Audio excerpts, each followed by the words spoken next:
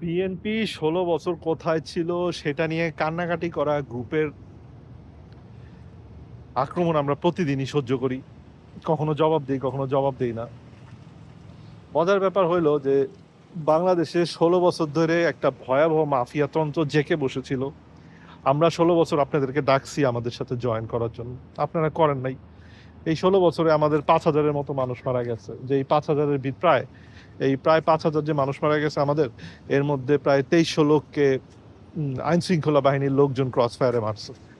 আপনারা আমাদের সাথে যোগ দেন নাই, আমরা বারবার ডাকছি আপনাদেরকে, তো সাফল্য আসে নাই। তারপর ২০২৪ সালে এসে আপনারা যখন বুঝতে পারলেন দেশের কি অবস্থা, আপনারা যখন একটা আন্দোলনের দিকে গেলেন, আমাদের কিন্তু ডাকতে হয় নাই, আমরা নিজে থেকে এসে আপনাদের পাশে দাঁড়াইছি। কন্ট্রাস্টটা বুঝতে পারছেন? তাহলে দায়টা কার? এই ১৬ বছর মাফিয়াতন্ত্র যে শক্তিশালী হলো, এই দায় কি আমাদের, বিএনপির?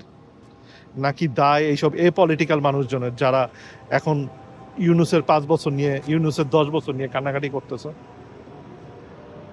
যাই হোক, ভালো থাকবেন সবাই। আল্লাহ হাফেজ।